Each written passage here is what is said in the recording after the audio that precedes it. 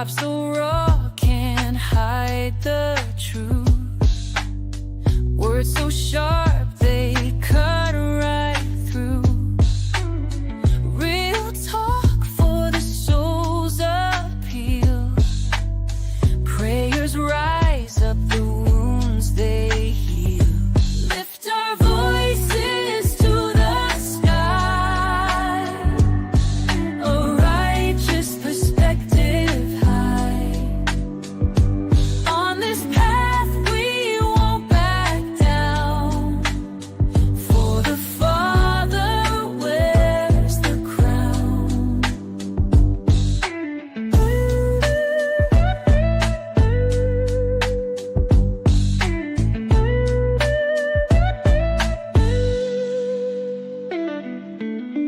Each step brings another fight. Breaking chains, we're seeking light. Voice of power won't be tamed. With His love, we're never ashamed. Lift our voices to the sky. A righteous perspective high. On this path we won't back down. For the Father wears the crown. From the ashes we shall rise. Hope is found deep in our eyes. Every word a battle cry. With the Father none deny.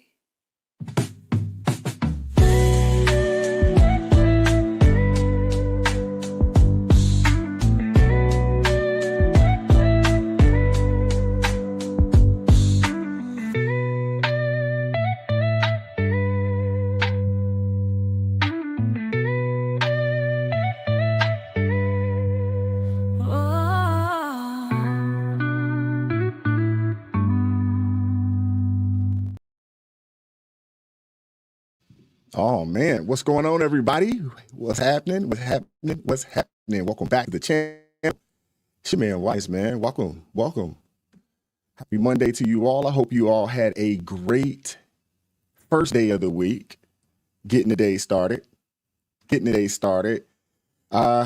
is the first one, man, like this. So we're building the plane as we fly it. So I do ask that you guys, show some grace.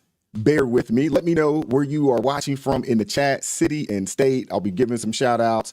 I'm definitely looking forward to getting this thing popping, man, and getting the show going. And we got a great show for you guys today, man. A lot of great show, a lot of work invested to do this because it is a lot of work to do this. It is not for the faint of heart. But hey, man, we got to do it, man. We have to do it, man. So I appreciate you guys pulling up this, I guess, evening. I guess it could be, somewhat late afternoon for some folks, man. Shout out to the mods, T.A. Kasky, Susanna 65. Appreciate you. Hey, B, how you doing? It's been a while since I've seen you, Big. I haven't seen you in the training classes, or the mastermind group, man. I haven't seen you in a little bit, man. So I miss you for sure. But I hope all is well. Hope everybody is doing well, man. How was the day? How was the weekend? All right, let's give a couple shout outs real quick. Let's see who we got. Candace Hall out of Sacramento. What's up with you, sister? Appreciate you pulling up today. Hey, Christine Casey, how you doing, man? Much love. I appreciate you. Thank you. Thank you so much, man, for pulling up today. We got, out of Southern California. We got BDA out of Atlanta, Georgia. I'm going to be down in the A in the next couple of weeks, man. A couple of weeks from now during the Christmas holidays for a little bit to go visit some fam, man. Ed Maurer, shout out to you, brother. Ed's one of my guys, man. He's been rocking with me for a long time.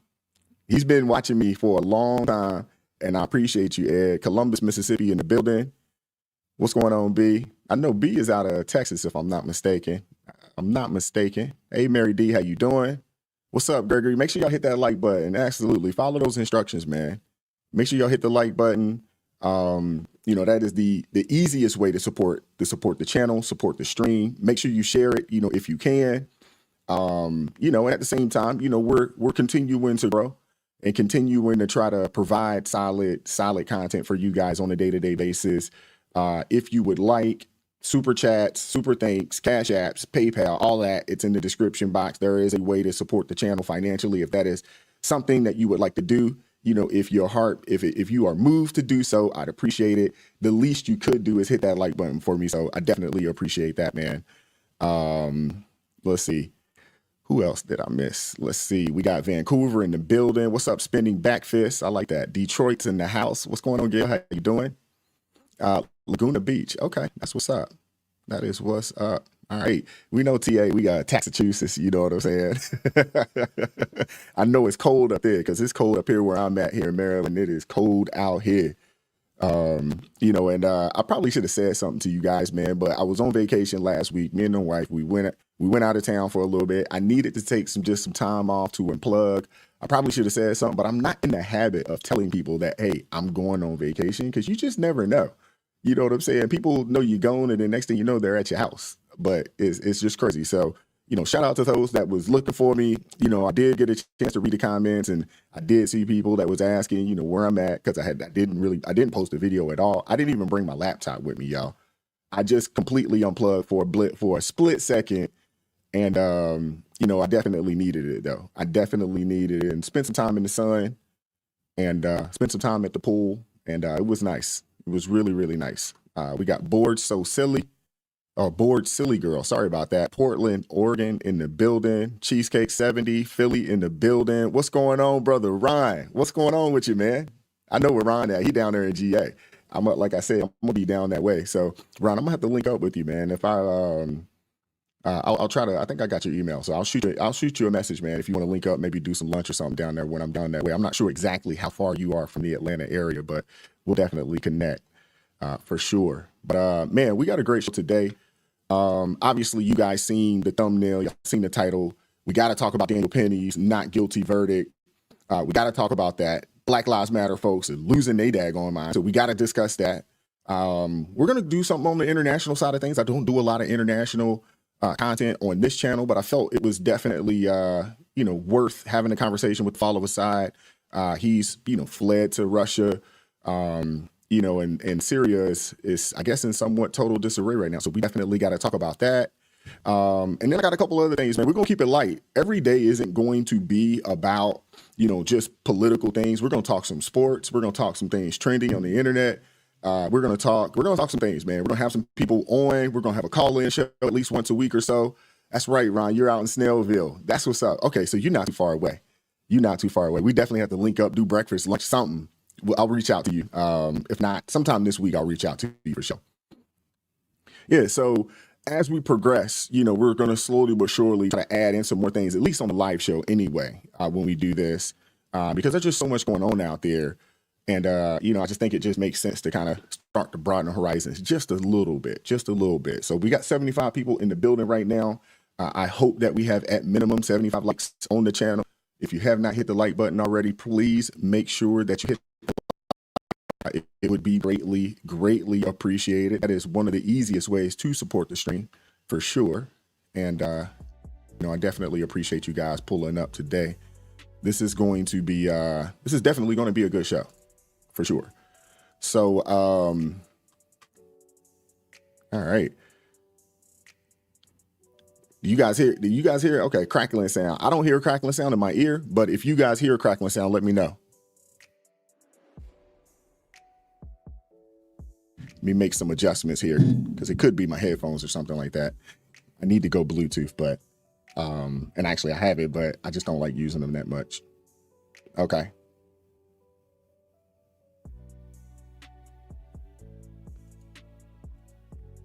Okay. Is that better? Uh-oh, my dog's going to come down and make I guess he might come down and make a special guest appearance. Sir Shakir Aloysius, if you guys see him in the back down there, he just came down and laid down. So, but okay, perfect. I hope the crackling sound is going. If it is there, I hope it's not there anymore. And actually, you know what? I kind of hear a little bit of a crackling sound as well, and I'm not really sure why. Is that better?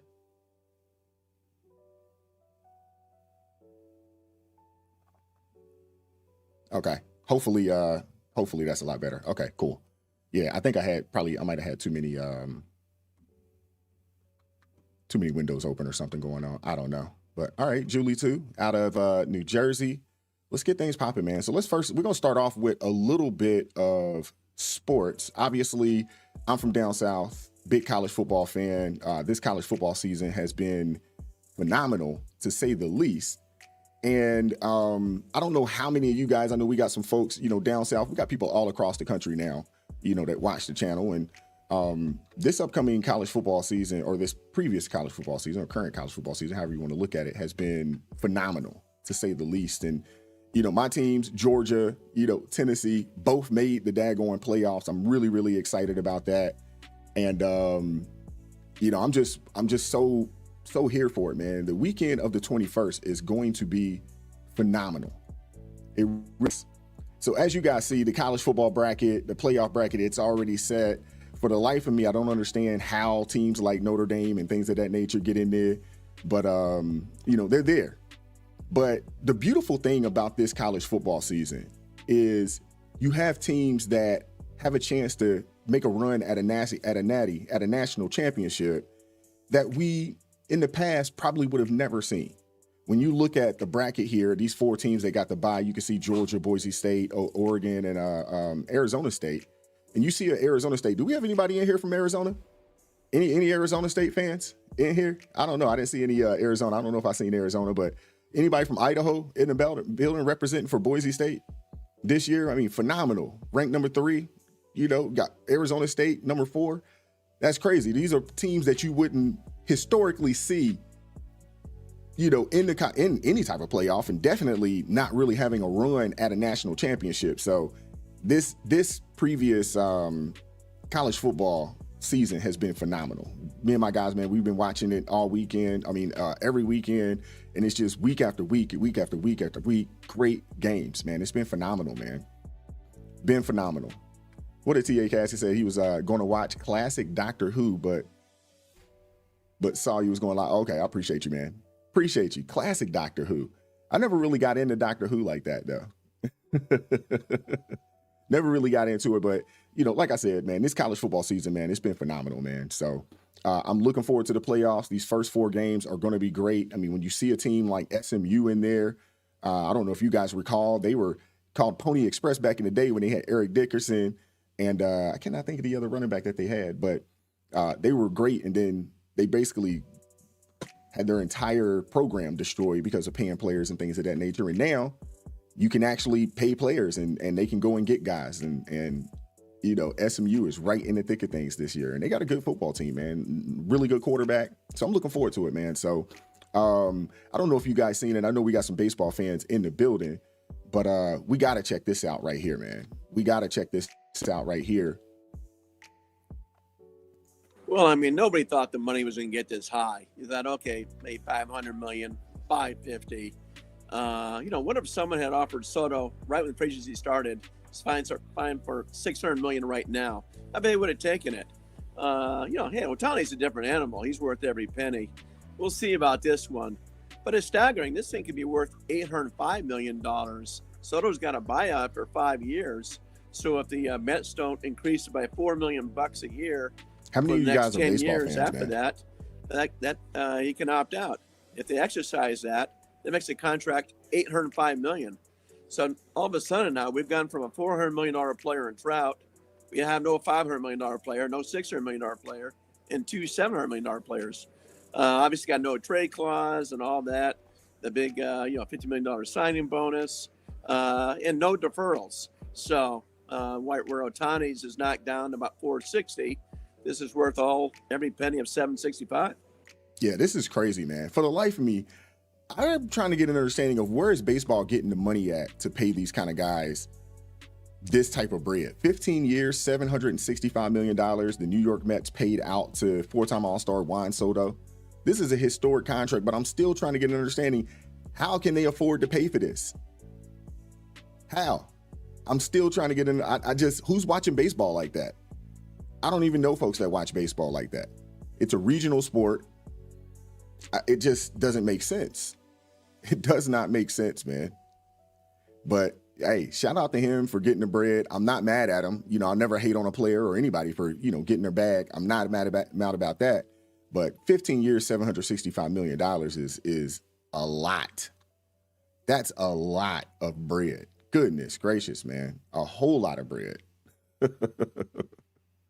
But we're going to get into some real stuff, man. I know you guys seen Stephen A. Smith talk about, and everybody's been talking about this. We're going to transition here in a second. And, you know, but you're right. I guess the beer and hot dog prices are crazy.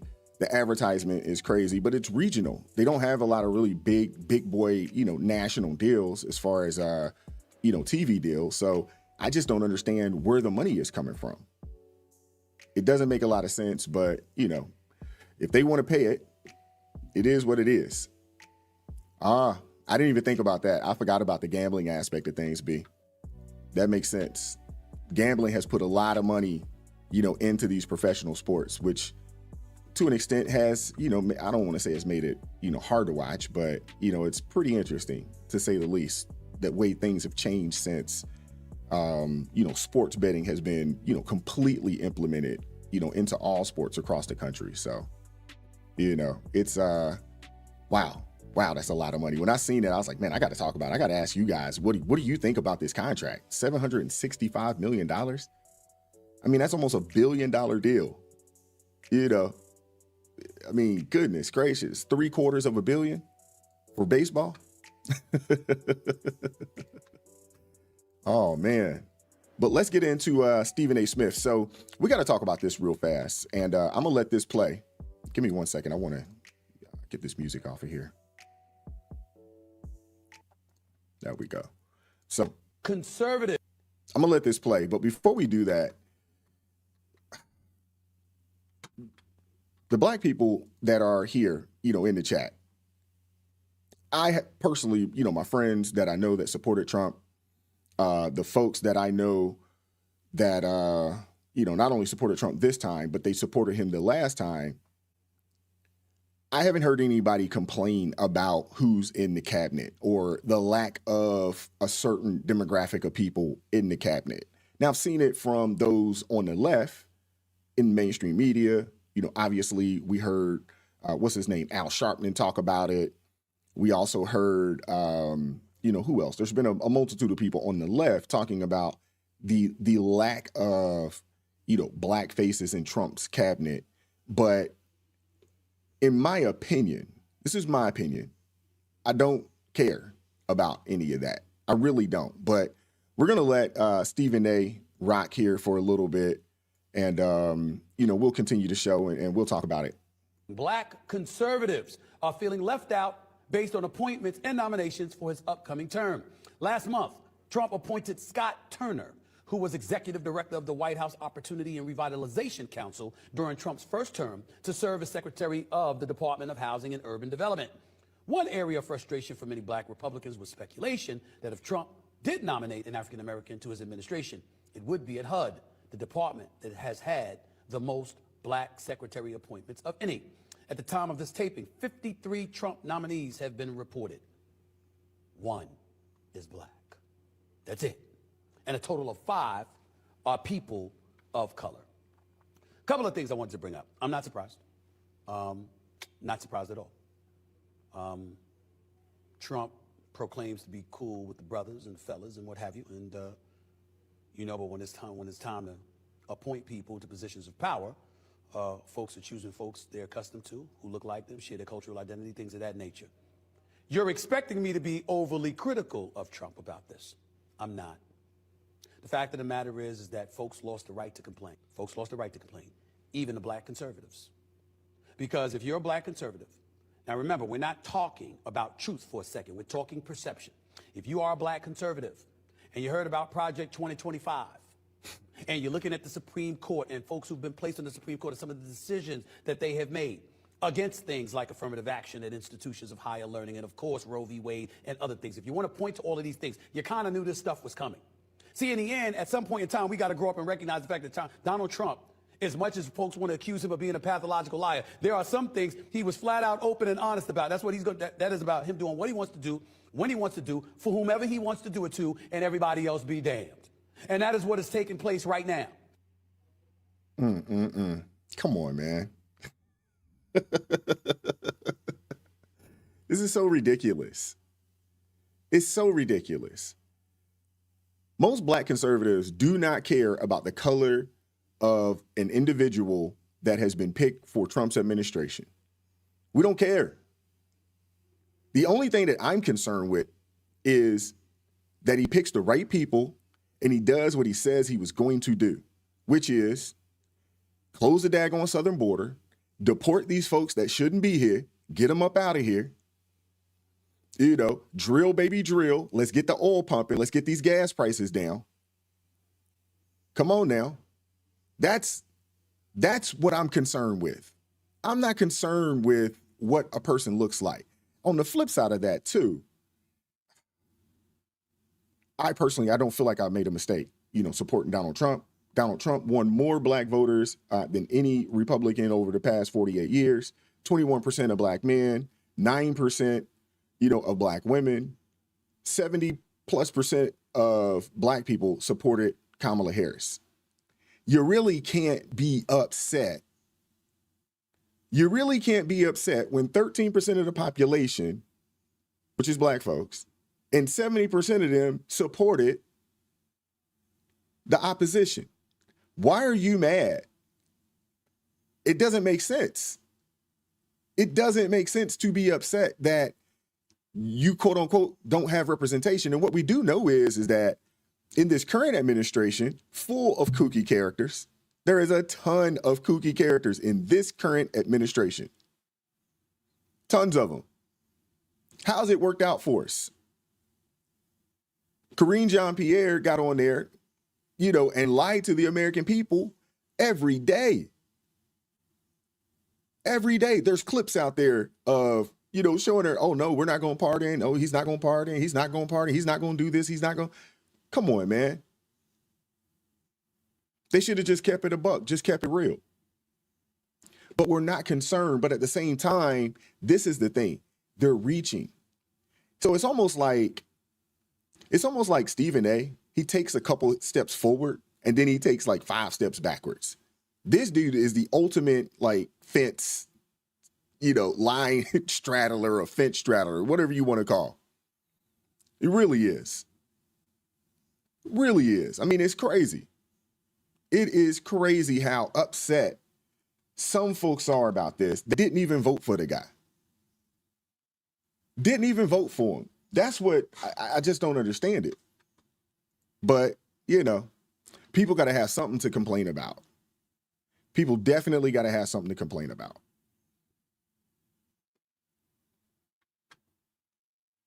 All right, what do we got going on in the chat here? I see no trolling. Please keep it civil, so forth and so on. What do we got going on? We're going to get to Daniel Penny here in a little bit. We're definitely going to discuss it. But, okay, let's keep it rocking, man. So, as you guys know, I didn't get a chance to cover it last week, but the United Healthcare CEO was essentially assassinated, by a individual. It seems like they may have caught said individual. And, yeah, I guess we kind of need to talk about it a little bit. So let's get this thing going, and then we'll come back and we'll talk about that particular situation, which is just mind-boggling. But I do ask that you guys do keep it peaceful, in the chat. Hey, TA, as long as they're not, cursing or anything like that, let them say what they want to say. We don't want to censor anybody. It's okay. Long as they're not, verbally, attacking anybody. People have the right to, feel how they want to feel in reference to this Jordan Neely situation. I want to respect people's feelings, and I want to respect people's, First Amendment right to be able to voice their opinion. So long as they're not cussing or, attacking anyone individually, I'm okay with that. I'm okay with that, as long as that is the case. All right. So let's keep it rocking, man. Let's watch this. Well, we'll start with, what happened, and then we'll get to the update.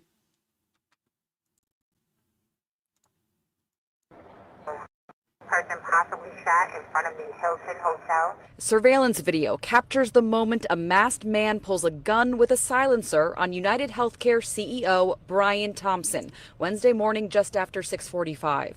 We're freezing the video before he shoots the 50-year-old father of two. As Thompson bleeds on the sidewalk, the gunman can be seen trying to unjam his gun before shooting again, then calmly walking across the street as he picks up his pace. One witness snapped this photo after hearing the gunshots. I was holding my phone, then I heard the shot, And when I looked at the guy was a gun, like the silent gun. Thompson was in town from Minnesota for a United Healthcare conference at the Hilton Hotel in Midtown Manhattan, where he was scheduled to address investors. Every indication is that this was a premeditated, pre-planned, targeted attack. Many people passed the suspect, but he appeared to wait for his intended target. From the Hilton, investigators believe the suspect hopped on a bike and rode to Central Park. CBS News has obtained this surveillance video, which sources say appears to show the suspect cycling out of the park on West 85th Street just before 7 a.m., about 15 minutes after the shooting. What we're looking at is a gunman who was thoughtful and prepared, staked out the scene, began by shooting the person in the back. Former NYPD Deputy Commissioner Rich Esposito says the gunman may have planned carefully, but not perfectly. It's not perfect preparation in that there's evidence left in the form of shell casings. There's evidence left from prior to the shooting. Police say the suspect went to a nearby Starbucks minutes before the shooting. Sources tell CBS News surveillance images here may have captured enough of the suspect's face to run it through facial recognition programs. Police sources also tell us investigators are running forensic tests on a water bottle and candy bar wrapper they believe he left there, as well as on a discarded cell phone found near the scene. The full investigative efforts of the New York City Police Department are well underway, and we will not rest until we identify and apprehend the shooter in this case. So this definitely was planned. It's definitely premeditated, but I do not think that the person who did this was a professional. Now it seems like they caught the guy. There is a guy that has been arrested. And, they actually got him on a firearms charge. I'm not for certain if he's going to be charged with this particular crime as of yet, but there's definitely more to the story for sure. And I'm looking forward to hearing, if this is the guy, why he decided to do what he did. Now, there was a video that I seen, and I wish I would have added into this today. I wish I would have did that, but I've been rushing around and there's been a lot of craziness going on. We had to, you know what, I'm not even gonna get on that right now. But when I first heard about this, I thought it was a professional. But then, as the story started to unfold and you start to find out, different things that he left, he went to a Starbucks, he flirted with somebody, he touched on things without gloves on, left wrappers here, left this. He left entirely too much evidence. It's almost like he left breadcrumbs along the way to get caught. Now, I did think it was interesting that the inscriptions that he had on the bullets, I thought that was interesting. And it looks like, when you watch the video, the gun jams 3, 4, 5 times, something along those lines. The other thing I thought that was weird is that the CEO, granted fact, he was just walking across the street, but this is New York City. Where's your security at, bruh? I don't care if you just walk across the street. When you worth that type of money and you're head of, this multi-billion-dollar, insurance conglomerate, you should have security with you at all times, even if it's just one guy. That's just me. But, what do I know? I'm not a guy that have to walk around with security like that. But it just, makes sense. And again, like they said, multiple people walked by, but as soon as he seen his target, he stepped out. But, obviously it was planned, it was premeditated, but as we find out more and more, you can see that this dude was pretty daggone sloppy. He was pretty sloppy, but let's check this next report out. A person of interest is now in custody in connection with the murder of United Healthcare CEO in New York City. Good morning. I'm Irene Cruz. Giovanna and Philip are off today. A lot of breaking details are just coming into our newsroom on the man in custody accused of killing Brian Thompson last week. And you just watched that press conference moments ago.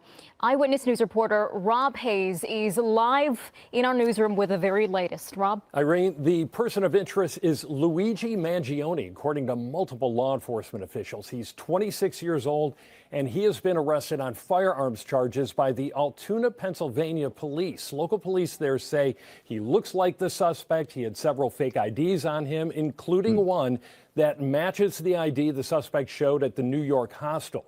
He was also carrying a gun that looks like the one seen in surveillance video of the shooting. Now, it's been fine. See, that right there in itself also tells you that this guy wasn't a professional. Why are you still walking around with the weapon? I mean, I'm not one out here, making hits and things of that nature. But yeah, you're right, Ron. That's exactly what it looked like. It looked like it probably was a ghost gun. But after you do something like that, you dispose of the weapon. You should not be in another state with it still on you. It doesn't make a lot of sense. So this guy obviously is not a pro. He's not a pro. 5 days since United Healthcare CEO Brian Thompson was gunned down in Manhattan. The person of interest was riding a Greyhound bus through Pennsylvania that had stopped at a McDonald's restaurant. That's where an employee there spotted him and called it in. Local police picked him up for questioning and later arrested him on firearms charges. Now, newly obtained video from ABC News shows the killer waiting for Thompson in the moments before the shooting. In this video, you could see others pass by, and then when the killer sees Thompson, he runs across the street and he opens fire. In a news conference just minutes ago, New York Mayor Eric Adams commended investigators and the public for making this arrest possible. How did we do it? Good old-fashioned police work. The chief of detectives and the police commissioner made the decision to release as much of a photo that we had at the time. We sent it across the country, and someone, a McDonald's employee, did something we ask every American to do. If you see something, say something, but most importantly, do something. And they did. And because of that, we believe we have a strong person of interest to deal with this case. There it is. Again, a big break in this case. A person of interest in police custody right now in Pennsylvania. Police have also recovered writings from this man, now checking to see if those writings reveal any clues to a possible motive.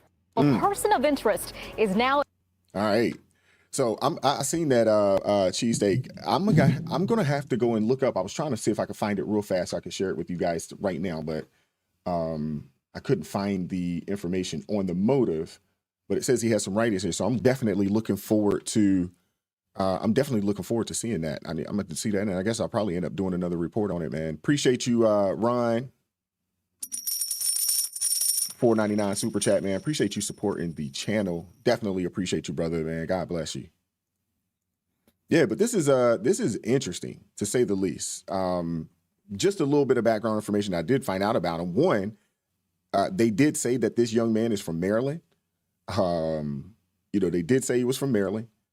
He was an Ivy League grad, and it looks like the gun, it probably was a ghost gun. It looks like it did have a silencer on it of some sort, but that's just interesting. I'm so looking forward to hearing more and more about this as this case continues to unfold. But that's good work by the police department. Now, I want to rewind something real quick. Give me 1 second. Mayor Eric Adams, and this is going to lead us into, we're going to take a quick break here in a second, but this is going to lead us into our Daniel Penny conversation. Let this play one more time. Made the decision to release as much of a photo that we had at the time. We sent it across the country, and someone, a McDonald's employee, did something we ask every American to do. If you see something, say something, but most importantly, do something. And they did. And because of that. Now, you hear what Mayor Eric Adams said. If you see something, say something. Let me rewind it. If you see something, say something, but most importantly, do something. Most importantly, do something. This is coming from the mayor. If you see something, say something, but most importantly, do something. This is coming from the mayor of New York City. We're going to get into the Daniel Penny conversation here in a second, man. But if you haven't done so already, man, like, share the stream, subscribe to the channel. If you haven't done so already, let me show Duke some love as well. Appreciate you, Duke, for the $5 super sticker. Very much appreciate it, man. God bless you, man. I appreciate the support. We're going to take a quick break. I want to get a sip, and then we're going to get back into it, and we're going to discuss the Daniel Penny acquittal. All right, we'll be right back.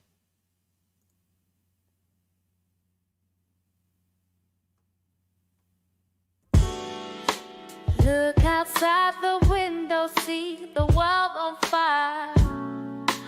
People screaming freedom, but they're preaching to the choir. My heart feels heavy, but my soul stays high. Living for the truth, not the gains of a liar. In this game of life, everyone's a player. But how many truly live without a slayer? Trying to find the light while walking through the layers. Real talk, no filter, no overused prayer. We're chasing dreams in a restless land, holding tight to visions with an open hand, breaking all the chains, taking our stand. Life's a righteous ride, we've got it all planned. They sell us dreams dressed in glittery clothes, yet the wisest ones know how the story goes. Filtered truths and lies wrapped in golden bows. We rise above the noise where the freedom flows. Entertainment fills the screens, but what's real? The jury has reached a unanimous verdict in the case of Daniel Penny. He's been found not guilty on the charge of criminally negligent homicide. Now, remember what was at stake here. The jury could not agree on manslaughter. They failed to agree twice. The judge gave them another bite at the apple on this lesser charge, negligent. They now say not guilty. What does this mean? Let's first go to reporter C.B. Cotton, who's outside the courthouse, to find out how this has played out. Now, I hear an immediate melee of protesters, C.B. Hi, Harris. That's right. Protesters are pretty upset. There's a large crowd of them out here next to me. You can hear them rattling the police barricades, saying no justice, no peace. And what they're yelling now follows a series of threats that they hurled earlier as the defense walked in with their client, Daniel Penny, telling the defense team that Daniel Penny can have no peace here in New York if he's found not guilty on this lesser charge, criminally negligent homicide. And from what I can hear right now, they're repeating those threats. They are very angry. Harris, I also want to mention there were a couple people here this morning to support Daniel Penny, but the anti-Penny crowd far outweighs them, and they seem pretty upset. We're seeing police officers come out here in droves to try to keep the two groups separated for now. But I'm looking at our notes from the courtroom, and it seems like this is the first time we've seen some real emotion from Daniel Penny. His attorneys told me this morning that this trial has understandably taken a toll on him. He's been spending time with family and friends to try to stay calm. And our courtroom reporter telling me for the first time she sees him visibly smile, now hearing that jurors have decided he is not guilty of criminally negligent homicide.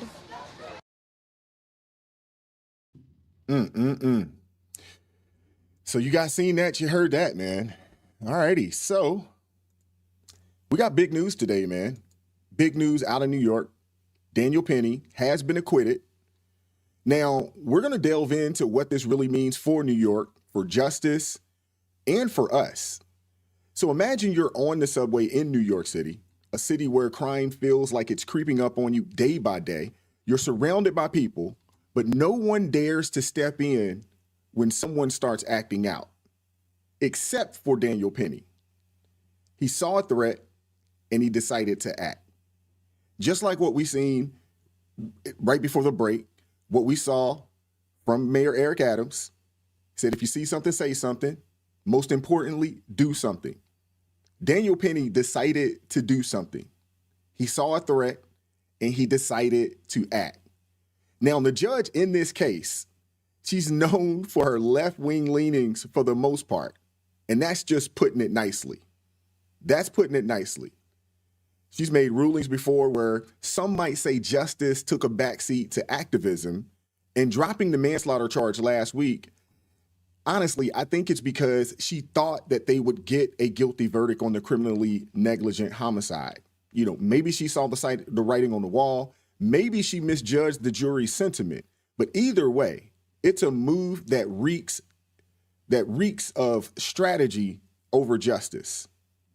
Let's just keep it real, because justice isn't what the people actually care about anyway, or else Penny would have never been charged in the first daggone place.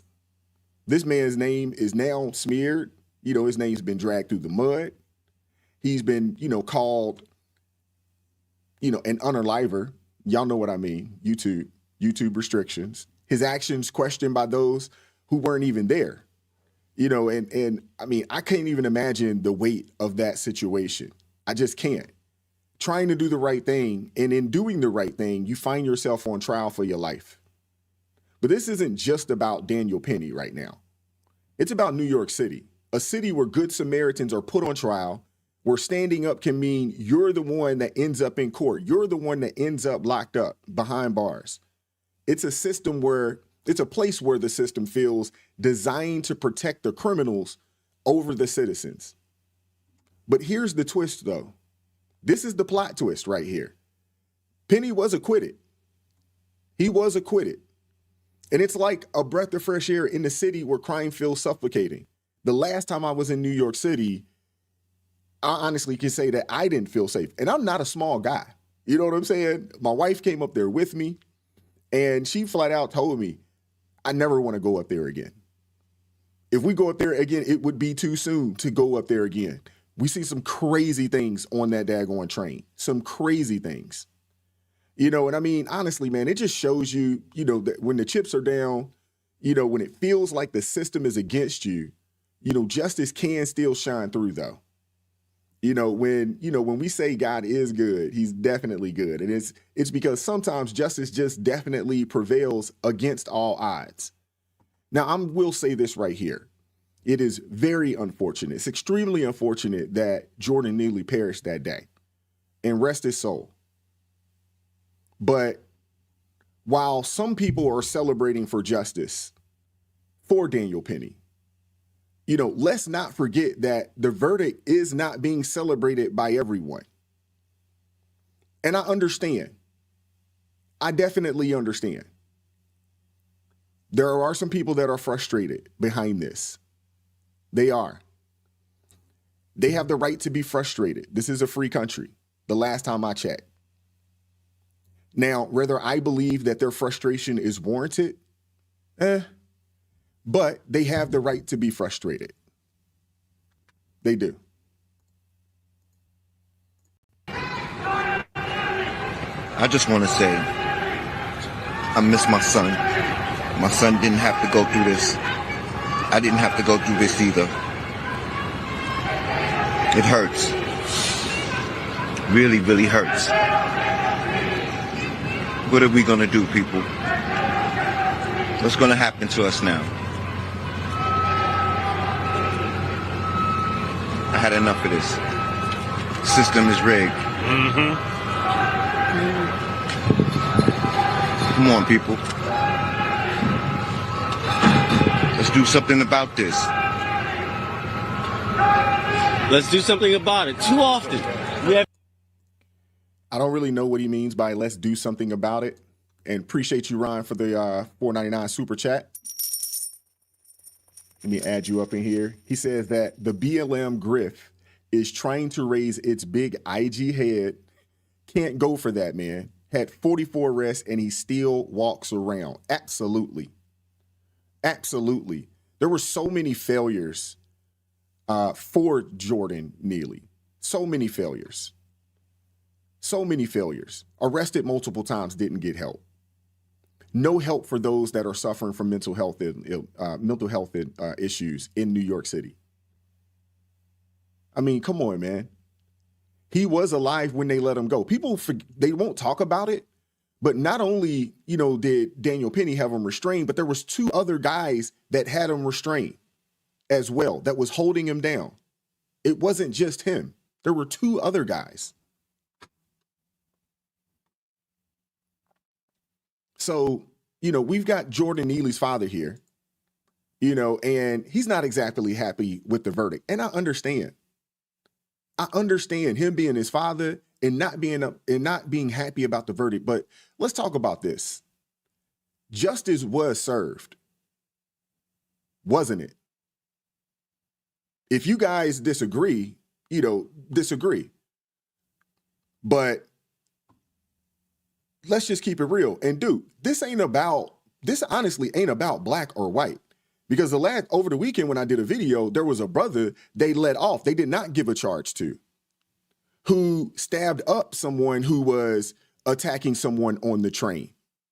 And this was a black man. They decided not to press charges at all because it was in defense of someone. Let's just keep it real.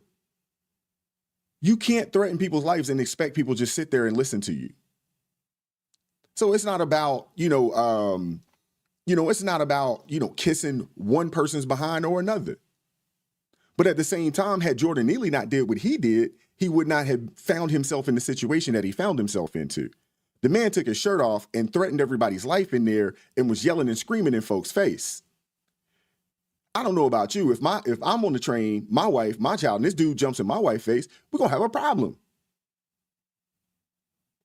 We're going to have a problem.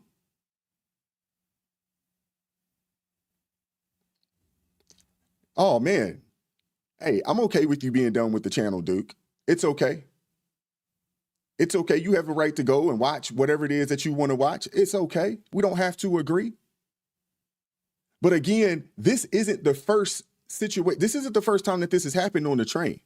Like I said earlier, there was a brother who found himself in the same situation as Daniel Penny, was not charged.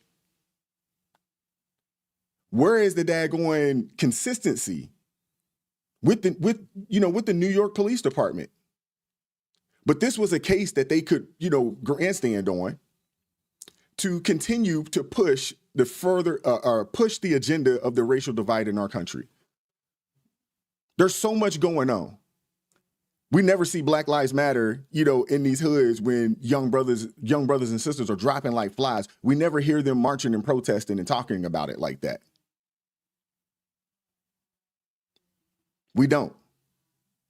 And again, not everybody's going to be pleased with the outcome. I understand that, especially when it doesn't fit their narrative. I get it. I definitely get it. But we're being warned to get ready for riots? Really? BLM is already stirring the pot. Now, again, like I said, these people have raised tons of money.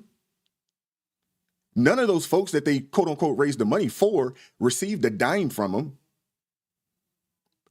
But like I've been saying this for a long time, this race hustle, it's a multi-billion-dollar industry, and this is another opportunity for them to cash in. I'm surprised we haven't seen Ben Crump, but I'm guessing there's somebody else. I'm guessing there's somebody else that's going to step in and take his place to go get the bag. But hey, these folks, man, the BLM folks, man, they got a history of that type. Violence, destruction, all in the name of what? Justice for who? It's not about justice. It's about making a statement for these folks. It's about continuing to push a narrative and to try to keep this country divided as much as they possibly can and make $1 off of it. Let's keep it real. And let's not forget who Jordan Neely was. Let's not forget. This man had a history of threatening behavior on the subway. Did he not? This man was arrested over 40 times with charges ranging from fare evasion to assault on passengers. So when a man like this make threats, you kind of have to believe him. And the crazy thing is that picture that they showed of him when this first happened 2 years ago, they showed him as this young, teenage Michael Jackson impersonator. But then you go and watch the daggone video, and he ain't that. There were numerous complaints, but was any real help given to him? This is an unfortunate situation. I'm for certain that Daniel Penny feels terrible that he played any role in this man's demise. But Jordan Neely also has to take some accountability for his actions. His father, who hadn't seen him in 5 years, has to take some accountability for his actions. Where were they when he was out here like this? Now I get it. People suffering from, mental health, people suffering from drug abuse. I get it. It's hard to help people that don't want help. I get it. And sometimes maybe it could have been a situation where they tried to help him and he just refused the help. That could have been the case. But he was allowed to spiral out of control because addressing his issues would have meant confronting bigger societal problems. We obviously have major mental health issues going on in this country that's not being taken care of right now. We have major drug addiction issues in this country that are not being discussed and that are not being taken care of the way they need to be taken care of in this country right now. And again, where was Neely's father when he needed him the most? When Jordan was homeless, living on the streets, where was he? Where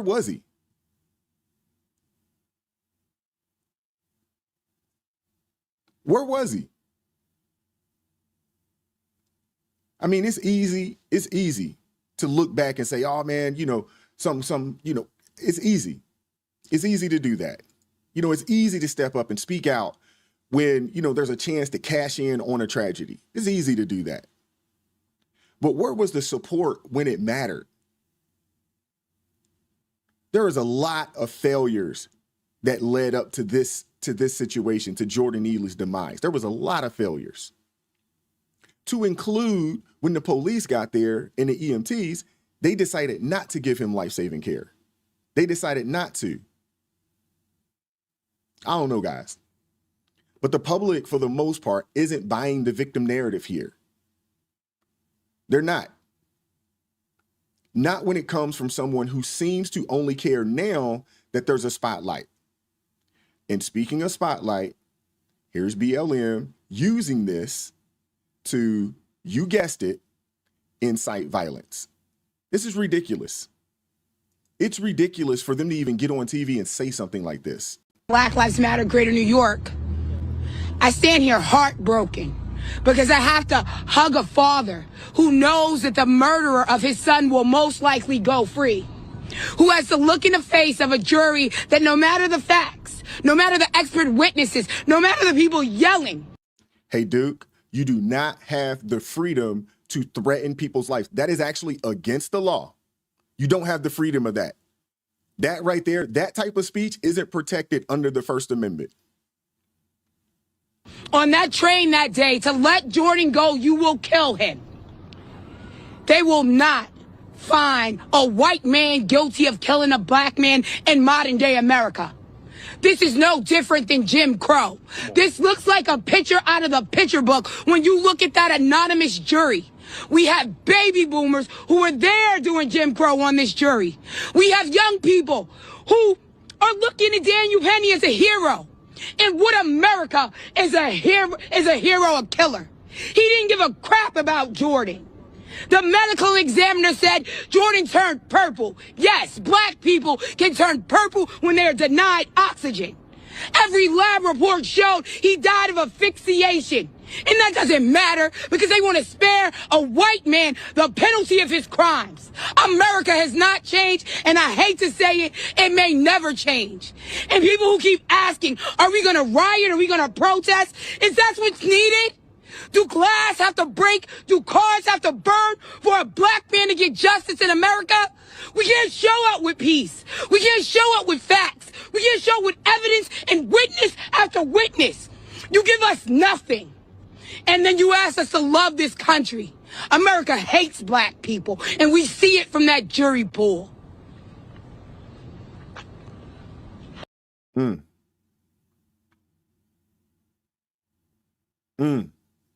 She invoked Jim Crow.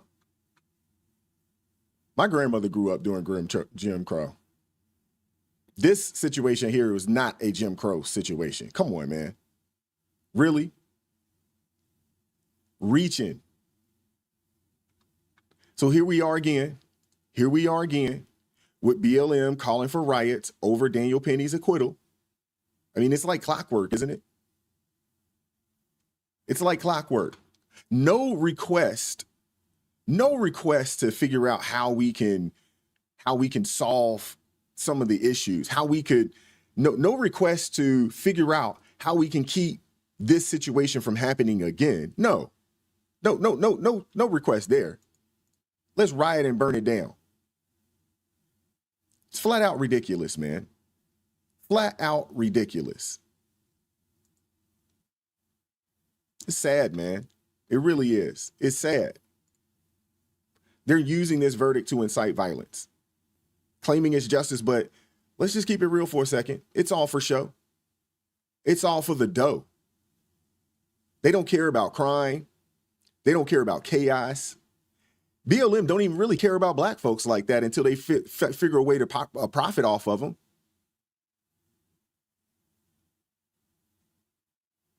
Remember, there was a young man, Jordan Williams.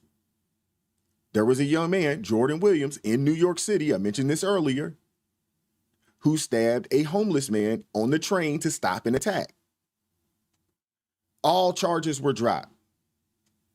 You don't see BLM rallying for him, though. It's selective outrage, man. Plain and simple. Selective outrage. If it doesn't fit their narrative, it's silence or worse, justification for violence. This isn't about justice or reform. It's about hate. That's what this is about, man. They're spreading division, calling for, resentment instead of reconciliation. Again, I am not one that's happy or going to dance around because Jordan Neely, passed away on that train. I have a lot of compassion for him. I do. Because he was a man that needed help. He was a man that needed his family, that needed his father. He was a man that needed help. He needed New York City to figure a way to help out their constituents, their citizens that are suffering from drug abuse and mental health issues. There's failure across the board. But I'm also not going to sit here and say that I think Daniel Penny needed to go and be, thrown up under the jail for doing what most men would do. There were women and children on that train that this man was threatening.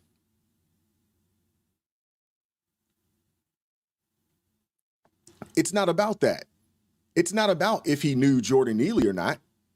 It's about the fact that this man got on there and said that he was going to kill somebody and he don't care about going to jail. And he was yelling and screaming in people's faces. He was in these folks' personal space. At that point, you have a right to do something and defend yourself. At that point. BLM, man, they are an abomination to the very principles that they claim to uphold. It's not about black lives. They need to just keep it real. It is not about black lives with them. It's about their agenda. Look around, folks. The public sees right through this. Everybody has been calling BLM a scam, race grifters, frauds for years. Candace Owens exposed these people. Buy large mansions. Y'all remember that? People are tired of the drama. We tired of the hate.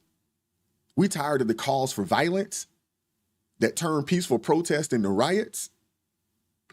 It's all bark with no real intent on addressing the root issues.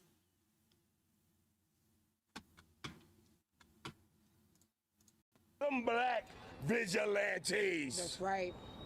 People want to jump up and choke us and kill us for being loud. How about we do the same when they attempt to oppress us? Right. I'm tired.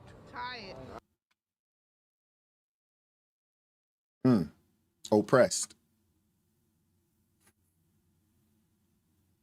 The irony, man. These people, man, I tell you, man. We have these leftist activists supposedly fighting for justice, calling for vengeance against someone who tried to stop a criminal act. It wasn't like Jordan Neely was just minding his business, not doing anything. And this man and three guys, not just one, because everybody's talking about Daniel Penny. There were actually 3 men that stepped up to restrain this guy. 3. It's not just Daniel Penny. Come on, man. If anything, Daniel Penny's the one being ran through the mud. It is extremely unfortunate what happened to Jordan Neely. But Black Lives Matter would have said nothing and done nothing had Jordan Neely been able to act on what he said he was going to do while yelling and screaming in people's faces on the train. Let's be clear. I do not think that Penny meant to unalive Jordan Neely. It was not on purpose. He did not pick him out of a crowd and say him. He was in a situation where he felt for his life. He was in a situation where he thought that the lives of others was at risk. And he did what he thought was necessary to protect himself and those around him. And again, I say it wasn't just Daniel Penny. There were 2 other men that stepped up to restrain this guy. This isn't about racial oppression. It's about a man stepping up and defending those who can't defend themselves. Penny was targeted, or not targeted, because of any wrongdoing on his part, but because of his actions didn't fit the narrative that these activists want to push. Again, there was a young man in a very similar situation who did something very similar. Charges dropped, nothing. Crickets, we didn't hear anything. But now Daniel Penny has become a symbol for BLM to rally against, to stoke the fires of their movement, regardless of truth of what happened. I mean, saying that this is oppression, in this context, man, it actually makes a mockery of real oppression. It does. It's just unfortunate, man. It really is. These activists have turned a tragic incident into a tool for their political agenda. They're not fighting for Jordan Neely. They're not. They're not fighting for Jordan Neely. They're using his death to justify their rage and call for violence. And speaking of activists, take a look at this so-called prosecutor in this case. Justice, you say? I'll give you an example of something that I did with a recent case of mine, and this has never been done in my office. I had a murder case where the defendant did not intentionally kill the victim. He went into an ATM on the Upper West Side and tried to rob an individual. Unfortunately, it was an older individual. He was 86. And in the course of the robbery, he fell to the ground, and as a result, he died. This is, under the law, a felony murder, which is akin to intentional murder. However, when I first got the case, I learned, I took the time to learn about the defendant. And it was a strong case, so it wasn't about a whodunit. I knew immediately who did it. I could prove it. I could take it to trial that day and win it. But it wasn't about that. It was that the more I learned about the defendant and his life and the circumstances, the kinds of things that Jarrell was talking about, that one should take into account the trauma of that individual, I really felt incredibly sorry for him that he had gotten to that point in his life where he felt like there was no other choice but to commit this robbery. That's the person who who was the prosecutor here. Absolutely insane. So that's this right here is Daphne Yoren, the prosecutor in Penny's case, talking about how she reduced a felony murder charge because of the past trauma of a criminal involved. Really? Everyone has trauma. Does that mean that we get to commit crimes without consequences? This isn't justice. It's a mockery of the legal system. They're picking and choosing what furthers their agenda and what doesn't. Penny was targeted because he was white. Simple as that. Had it been a brother that stepped in and did the same exact thing, there would have been no charges. Someone in the chat just said it, and I agree. Had it been a black man, had Daniel Penny been a black guy that stepped in to help, if I'm not mistaken, Brother Ron said there were the two men, one was black, one was Hispanic, that stepped in to help, there would have been no charges. Based off of her logic, there would not have been any charges. There's no other way to put it. In a system that's supposed to be blind, race is playing a glaring role up in New York City. I'm not sitting here saying that there still isn't racism in America. I'm not saying that. But for Duke to come out here and say that white people are threatening our lives every day, bruh, stop it. Stop that. You know that is not true. That is not true. And the fact that you're saying that, man, is just utterly ridiculous. I'm giving you too much attention. I really am. And I get it. You know, I understand people are frustrated. You're upset. I get it. But come on, man. Come on, man. No one's threatening my life on a day-to-day basis like that, man. Come on. Really? You know, Penny becomes the symbol of oppression, not because of his action, but because of his race. Because again, like I said, and like others have said in the chat, if he would have been a black guy in New York City that did this, he would not have been charged. He would have went down, he would have gave his statement, and he would have walked up out of there. This situation here, it's a clear indication of how justice can be twisted to fit a narrative. That's what it is. Here's where the hypocrisy, though, shines the most. I mentioned Jordan Williams, who also allegedly acted in self-defense. You guys can go look this up. Look up Jordan Williams. Go find out about his story. I probably should have added the clip to this, but you know, I was rushing and I had a lot going on today. But he acted in self-defense as well and has his charges dropped. What's the difference? It's because Penny doesn't fit the victim profile that these activists want to champion. That's what it is. This selective justice, it isn't just flawed, it's fundamentally corrupt. Now, Jordan Neely has lost his life. behind this and behind his actions.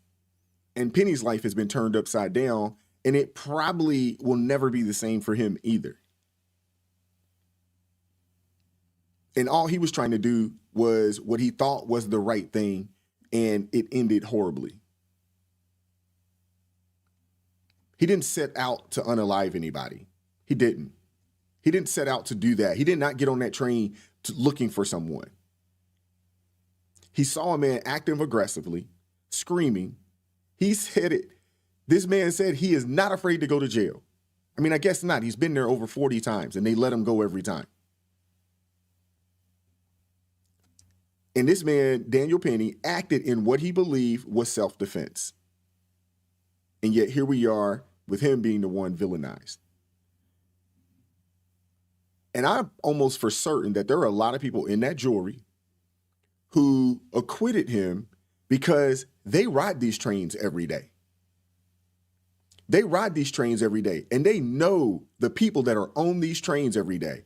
In New York City Police Department, there's a shortage of police in New York City right now. They can't hire people they can't get people to take that job. They're offering sign-on bonuses and everything. They can't get people to take the job. So when you down there on that train in these subways, you on your own down there. And that's what the jury is thinking about. Because they're thinking about, if we convict this man, no one in New York City will step up when another citizen finds themselves in need. No one will step up. And people will sit back and let someone be assaulted, let someone be attacked and victimized. When you got seconds, the police takes minutes. And that's a fact.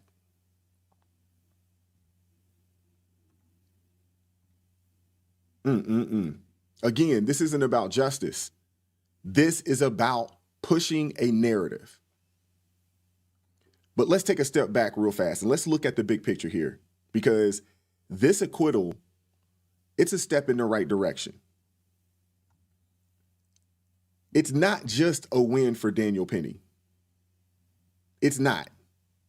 Really and truly, it's a win for every American who believes in standing up for what's right, even in cities where the left has gone off the deep end. New York, being under the grip of progressive policies, they've tried to make an example out of Penny, and it didn't work. The system, despite its flaws, recognized the truth. This isn't just about one man or one incident. It's about a message to every citizen, especially those in blue cities run by the left, that you can still stand up when others won't. You can act when no one else dares to. And you can still get justice even when the deck seems like it's stacked against you. Mayor Eric Adams, he said it in his press conference in reference to the United Healthcare CEO's hit. If you see something, say something, but most importantly, do something. Come on, man. We're going to take a quick break, just a quick break.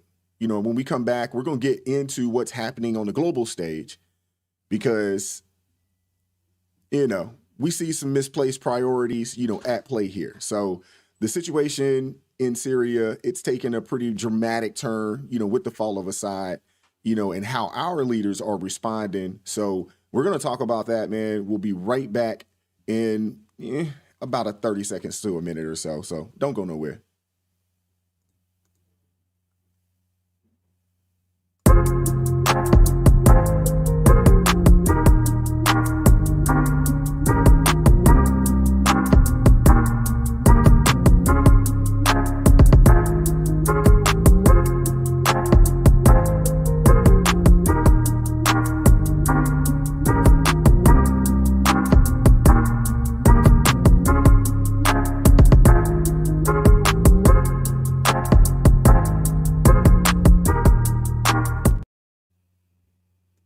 right now on the ground outside of the White House by Fox News' Lucas Tomlinson. Lucas, thank you so much for joining us here on Live Now from Fox. A very monumental day in the Middle East. What are we hearing from Biden? What are we hearing more from Washington, D.C.?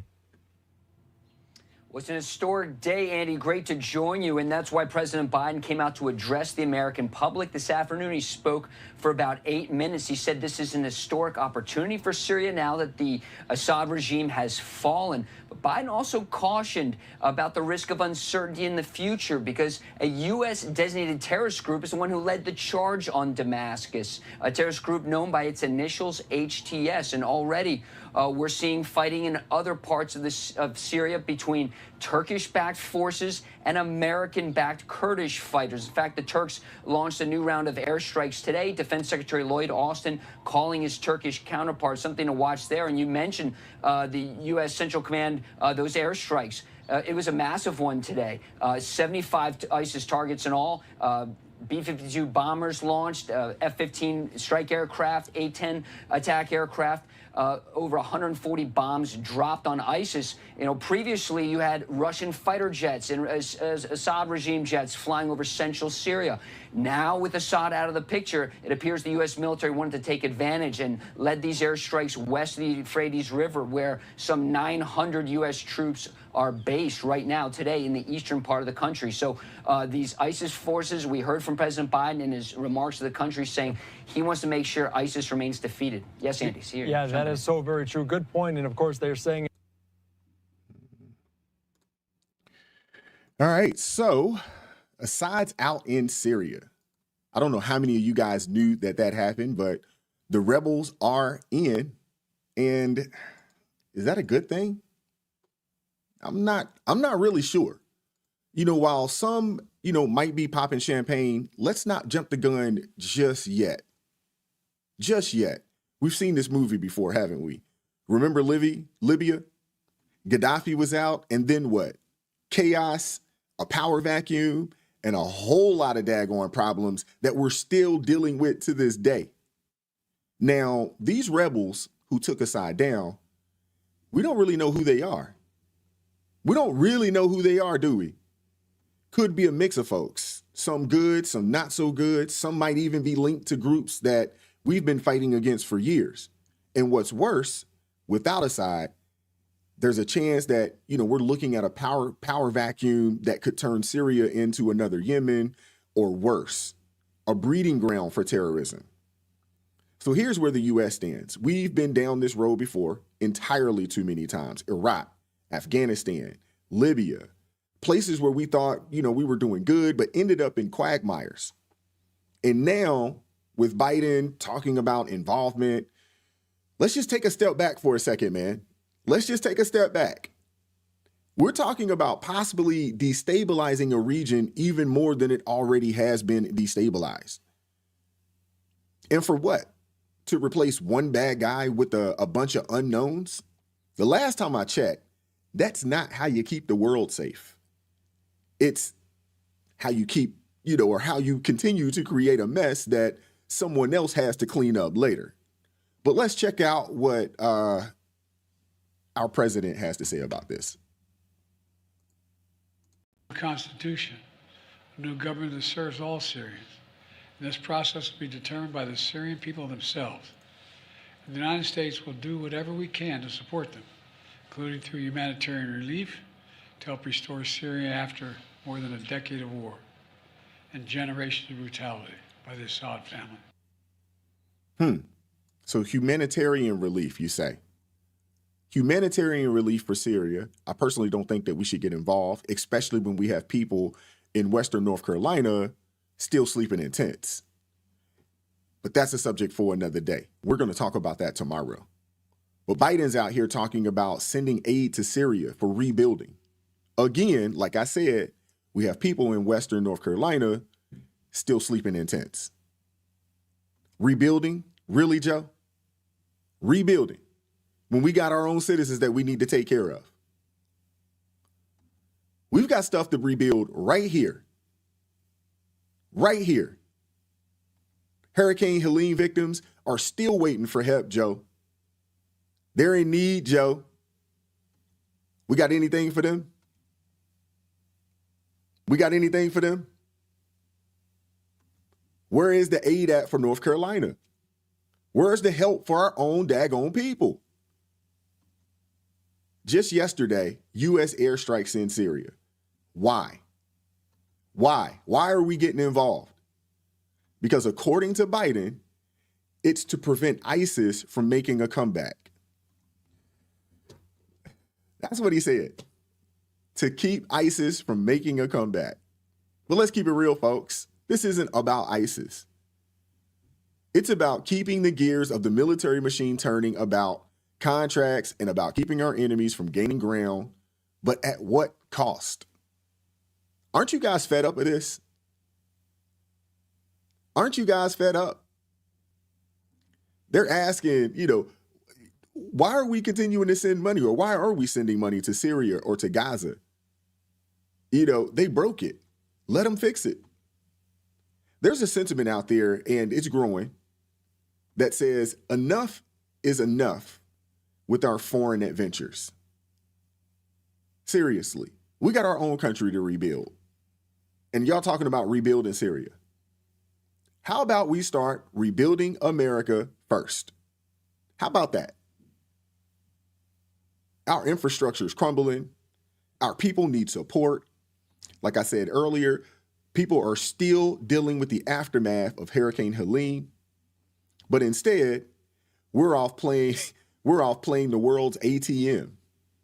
Foreign aid, well, it's just a fancy term for money laundering most of the daggone time.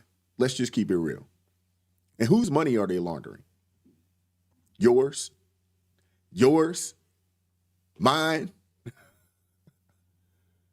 Our children's? Because, we're operating at a $1.5 trillion deficit.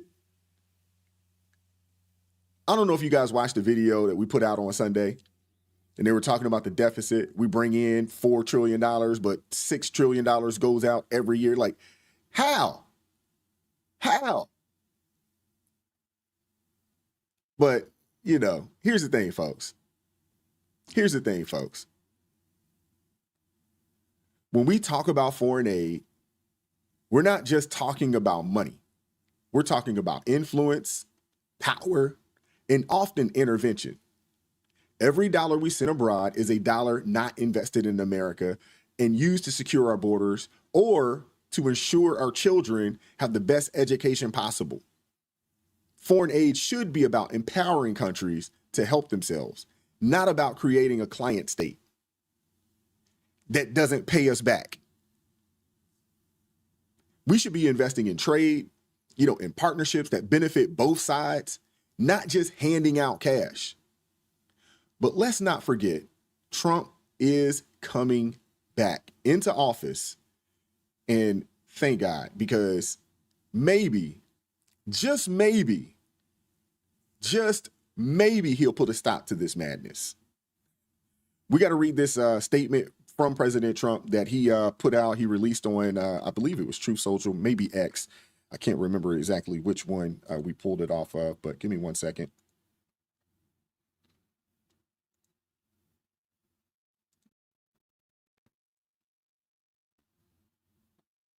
All right. So it says here, Assad is gone. He has fled his country. His protector, Russia, led by Vladimir Putin, was not interested in protecting him any longer. There was no reason for Russia to be there in the first place. They lost all interest in Syria because of Ukraine.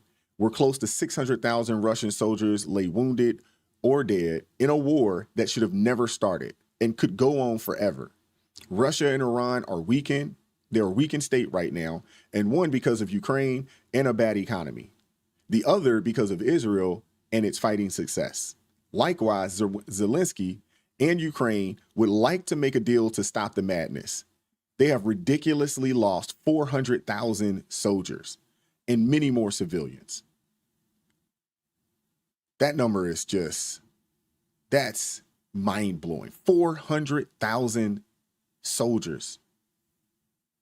There should be an immediate ceasefire and negotiations should begin. Too many lives are being needlessly wasted too many families destroyed, and if it keeps going, it can turn into something much bigger and far worse. I know Vladimir well. This is his time to act. China can help. The world is waiting. That's from President Trump. That's what he had to say about this situation. He does not think that we should be involved in this situation. We had a super chat, so I'm going to stop the show real fast. Shout out to BT. Appreciate the $5 super chat. Says, thank you, Wise. Love your channel. Keep doing what you're doing. I appreciate you, brother, man. Thank you for supporting the chat. Thank you for supporting the channel. Greatly appreciate it. Do not take it for granted at all. I do not. But,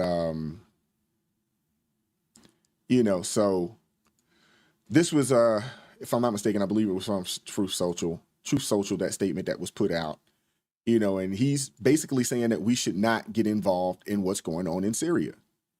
We shouldn't. Syria, it is a mess right now, but it's not our mess. And, it's not our friend. And the United States should have nothing to do with it. This is not our fight. Let it play out.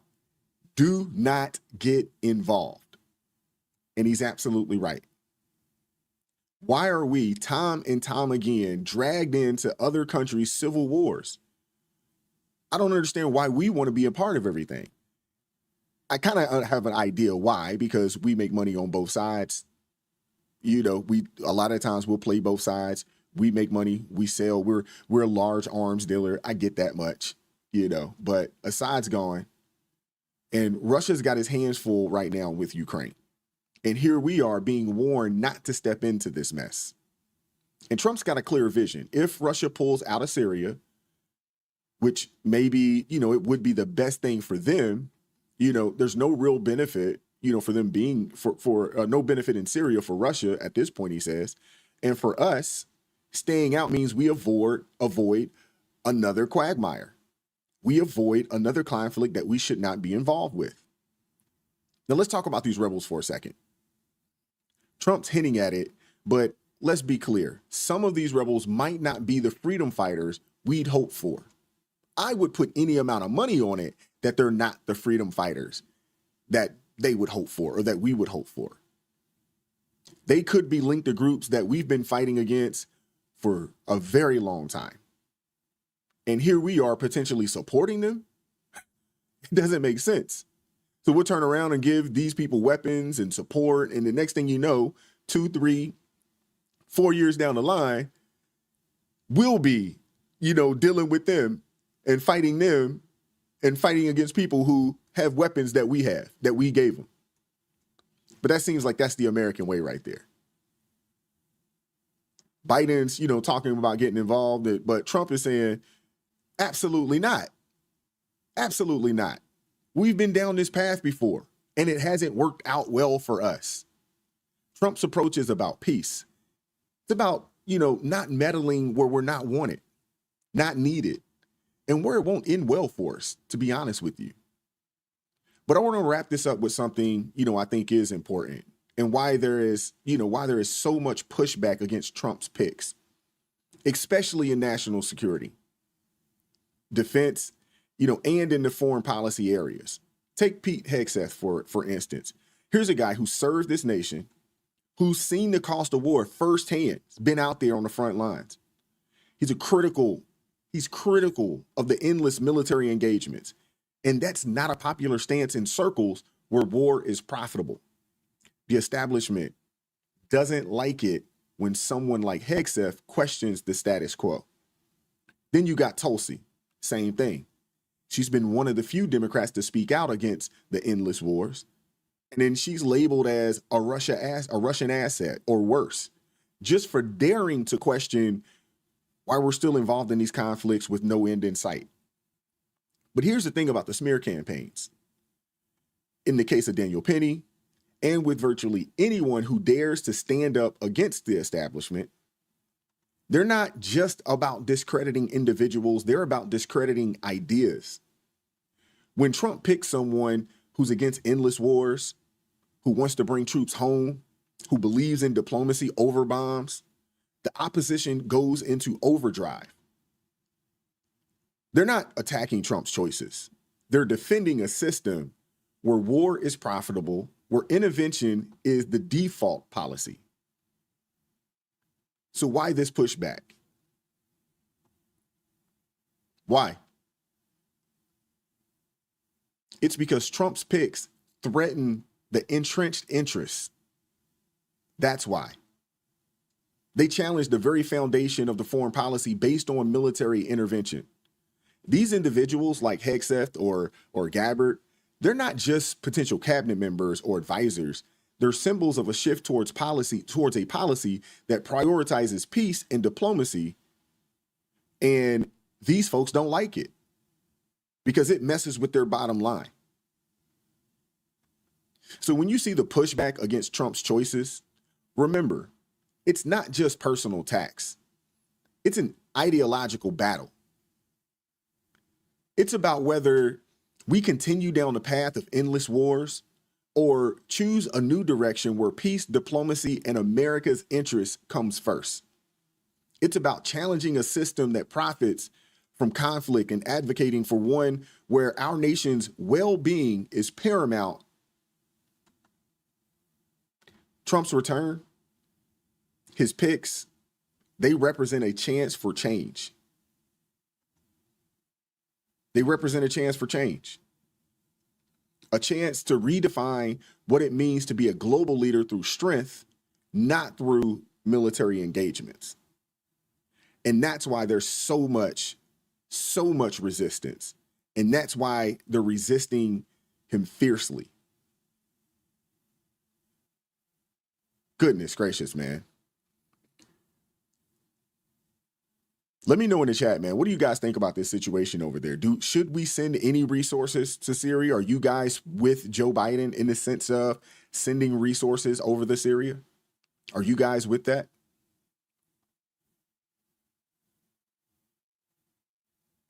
I currently have, family members serving in the military, and they're doing it honorably, and they're doing it because they wanted to do it. But I don't want them sent over into places that we shouldn't be in, that we don't have anything to do with.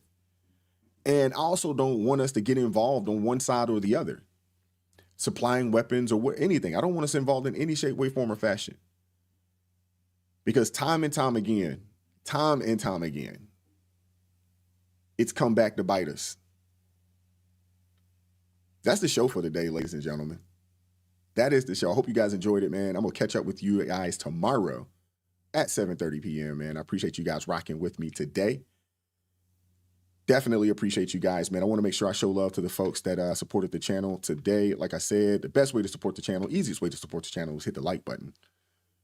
Make sure you guys hit the like button. But I definitely want to show some love to Ron Henderson. Appreciate you, Duke. I know we were going back and forth a little bit, but I definitely appreciate you supporting the chat and supporting the channel as well. And shout out to UBT as well, man, for the super chat as well. Appreciate you supporting. Hey, like I said, I don't want to censor anybody in the chat. As long as it's respectful, we can disagree. I'm okay with, someone disagreeing with something that I have to say. I'm okay with that. So TAB, shout out to you guys. Susanna65, appreciate you guys being in the mod, keeping things peaceful. But at the same time, I'm okay, with, a little bit of with civil dissent. I'm okay with that. That's what this thing is supposed to be about, right? We don't have to agree on everything. But I hope you guys enjoyed the show today, man. I hope you guys do. Like I said, it's a work in progress. We're building the plane as we fly it, as Kevin Samuels used to say back in the day. But, we'll be at this thing tomorrow. New topics. We got to talk about North Carolina, man, because I don't think enough attention is being brought on those people out there in Western Carolina. FEMA has packed up and dipped. And yeah, we got to talk about that, man. We got to talk about that. But yeah, man, we're going to go ahead and get out of here. This broadcast was brought to you by our sponsor, Lear Capital. Let me be brutally honest with you all. Our American values and financial system are under attack right now. You need to act fast and learn alternative ways to invest. That's why I trust Lear Capital for buying gold and silver. In today's volatile economic and political climate, precious metals can protect your wealth. Lear Capital has over 27 years of experience, thousands of 5-star reviews, and more than 3 billion in trusted transactions. Here's what I recommend. Call Lear Capital today. 800-489-6450 or visit learrp.com to request their free gold and silver investor kit. You can take possession of your metals, store them, or even roll over an IRA or a 401k into a gold IRA with the same tax benefits. Plus, they're offering up to $15,000 in bonus gold for qualified purchases. Call today at 800-489-6450 or go to learrp.com for more information.